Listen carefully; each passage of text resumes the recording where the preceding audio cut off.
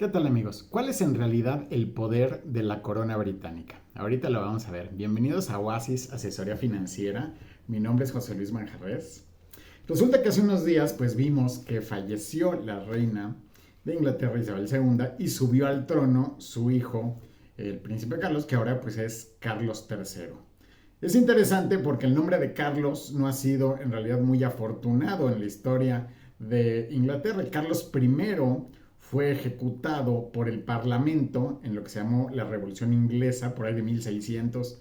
Entonces, bueno, Carlos II después se abolió la monarquía y durante unos años gobernó Oliver Cromwell, pero después que fallece Cromwell se restaura la monarquía ya bajo Carlos II.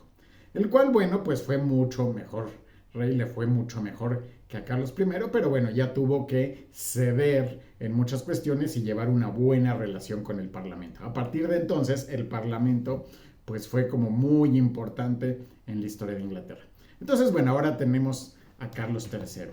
Pero luego tenemos varias hipótesis, ¿no? Porque por un lado se dice que la corona de Inglaterra pues en realidad ya no tiene poder alguno real y que solo es como de adorno, como de folclore, como de un poquito para el turismo y demás. Y bueno, tiene algo de verdad, pero también resulta que es una fuerza todavía muy poderosa dentro de Inglaterra y en el mundo, ¿no? Entonces, vamos a ver algunos datos, por ejemplo. Resulta que, bueno, ahorita la casa gobernante es la casa de Windsor, ¿no? Entonces, en realidad, esa rama de la familia Windsor, fue cambiado el nombre porque en realidad era una rama de la familia que venía de Alemania, ¿no? Algunos reyes, inclusive al principio, pues ni siquiera vivían mucho tiempo en Inglaterra y algunos ni siquiera hablaban inglés, pero bueno, vivían en Alemania, pero ya en algún momento ya se establecieron en Inglaterra y bueno, a partir de ahí, ¿no?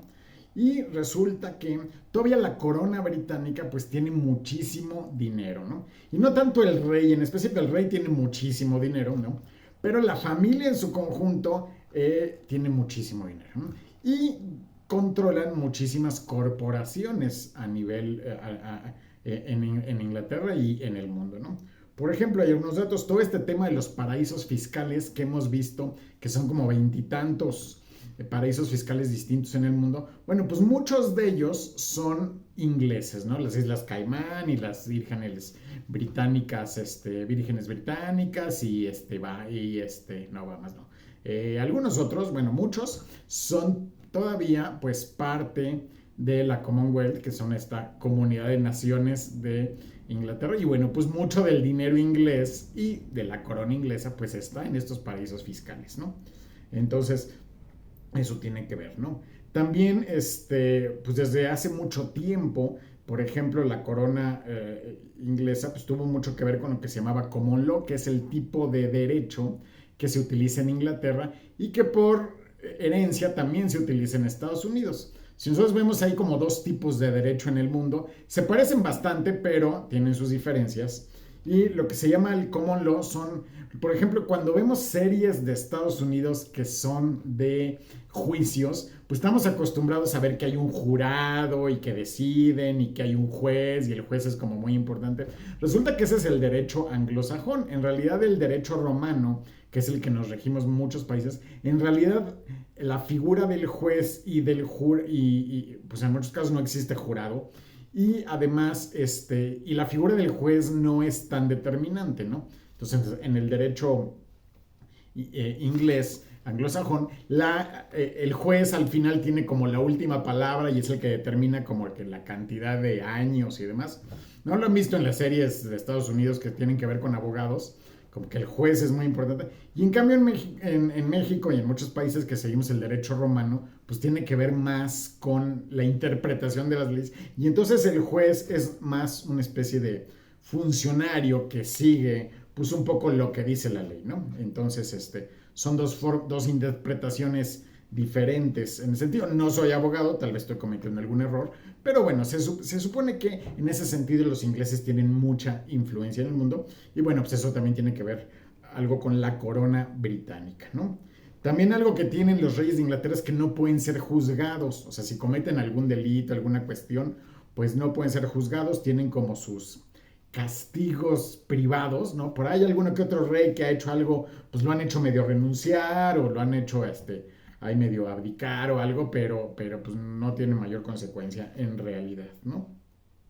Entonces, otra cosa importante es que, bueno, pues cuando se nombra un nuevo primer ministro, como que presentan sus cartas ante el rey o la reina, y la reina tiene poder de veto sobre los primeros ministros y también sobre las leyes. Si hay alguna ley que haya aprobado el Parlamento, pero que al final no le guste a la corona británica, pueden vetarlo, ¿no?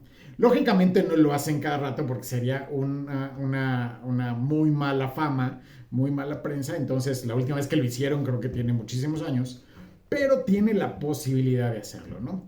Entonces, algo que ha querido hacer la corona británica es ser muy discreta en cuanto a su poder político, ¿no? Entonces, por un lado tienen esta parte como de farándula, como de la realeza y que si los príncipes y que si viajaron y que no sé qué. O sea, tiene toda esa parte como teatral que medio la cultivan un poco, pero es una especie medio de cortina de humo para que pues no se vea como los manejos reales de la corona, ¿verdad?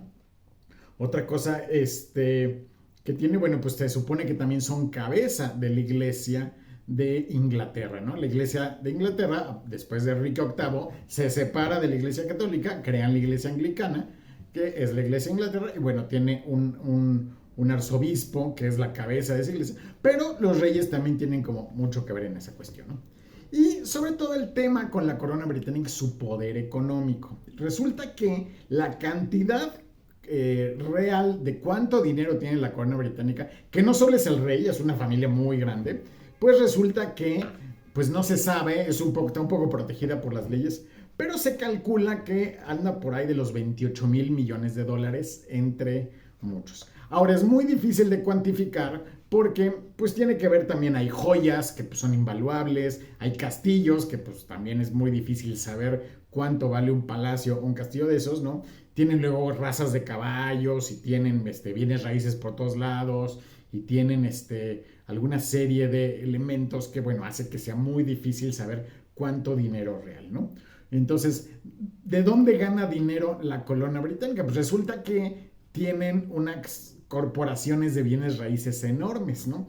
Resulta que cuando nosotros vemos, por decir algo, que el príncipe Carlos era también duque de Cornualles, bueno, pensamos que el ducado de Cornualles pues era solo un título honorífico. Resulta que no, resulta que sí son tierras reales que rentan a la gente, los rentan a negocios, los rentan para departamentos, o sea, hay gente que vive ahí que paga renta, se lo paga a una corporación y esa corporación es parte de la corona británica. Entonces resulta que tienen muchísimas tierras por todos lados, tienen lo que se llama el ducado de Lancaster, que dejó, por decir algo, al año deja algo así como 24 millones de euros solo de renta, ¿no? Entonces el ducado de Cornualles deja todavía más, al parecer deja algo así como 28 millones, ¿no? Algunas fuentes de información manejan libras, otras manejan dólares y otras manejan euros. Entonces no queda muy claro exactamente de cuánta cantidad estamos hablando, pero si nos vamos a lo más bajito que sea, digamos, el dólar, pues sigue siendo una cantidad muy importante, ¿no? Entonces, resulta que los reyes no pagan impuesto de herencia. Todo el dinero que ahora va a recibir Carlos, que fue herencia de la reina, pues no paga impuesto de herencia, mientras que el resto de los ingleses paga el 40% de impuestos por herencia. Eso está muy grueso, sobre todo que además pues va a recibir de herencia pues, cientos de millones de libras o de dólares o de euros, ¿no? Entonces, otra cosa que tiene que ver es mucho con entonces, bueno, de ahí reciben muchas rentas. Resulta que han sido Carlos III, el nuevo rey, resulta que fue muy hábil en cuestiones de bienes raíces. Cuando él recibe el condado de Cornualles, cuando era muy joven, estaba medio quebrado el ducado y después lo hizo hacer muy floreciente, hacer la tremenda corporación que es hoy en día, que son varios miles de millones y que genera estos 28 millones anuales, ¿verdad? Entonces, bueno, siguen muchos datos, entonces resulta que hay muchísimo dinero, tienen mucho dinero invertido. Por ejemplo, algo interesante también es que en el centro de Londres está lo que se llama la City. La City es un distrito dentro de Londres que es el distrito financiero. Y ese distrito financiero son algo así como 2 kilómetros cuadrados, no es muy grande, pero está lleno de edificios que son pues todas las corporaciones. Resulta que se habla poco de la City de Londres, ¿no? Del distrito financiero de Londres, pero resulta que es muchísimo y es, en algunos casos, se menciona que 1/3 de las transacciones económicas mundiales pasan por la City de Londres, por el distrito financiero de Londres. Y en algunas fuentes encontré que inclusive era el doble de Wall Street, ¿no? Entonces estamos muy acostumbrados a pensar que el centro financiero mundial es Wall Street y resulta que no. Compiten, ha habido años que no, pero casi todos los años el distrito financiero de Londres, la City de Londres, es mayor el flujo de dinero que en Wall Street, ¿no?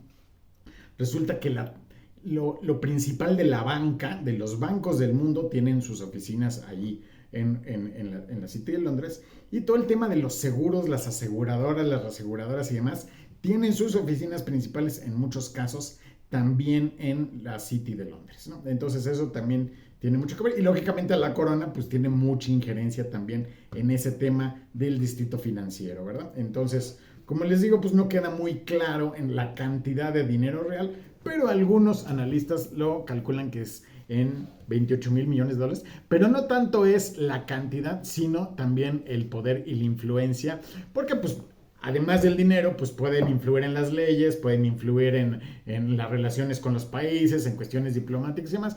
Entonces, bueno, eso hace que su poder real en realidad siga siendo muy, muy grande, aun cuando no dicte a lo mejor el día a día dentro de Inglaterra, ¿verdad? Entonces, bueno, ese es mi comentario del día de hoy. Espero les haya resultado interesante y consideren suscribirse al canal y activar las notificaciones. Hasta luego.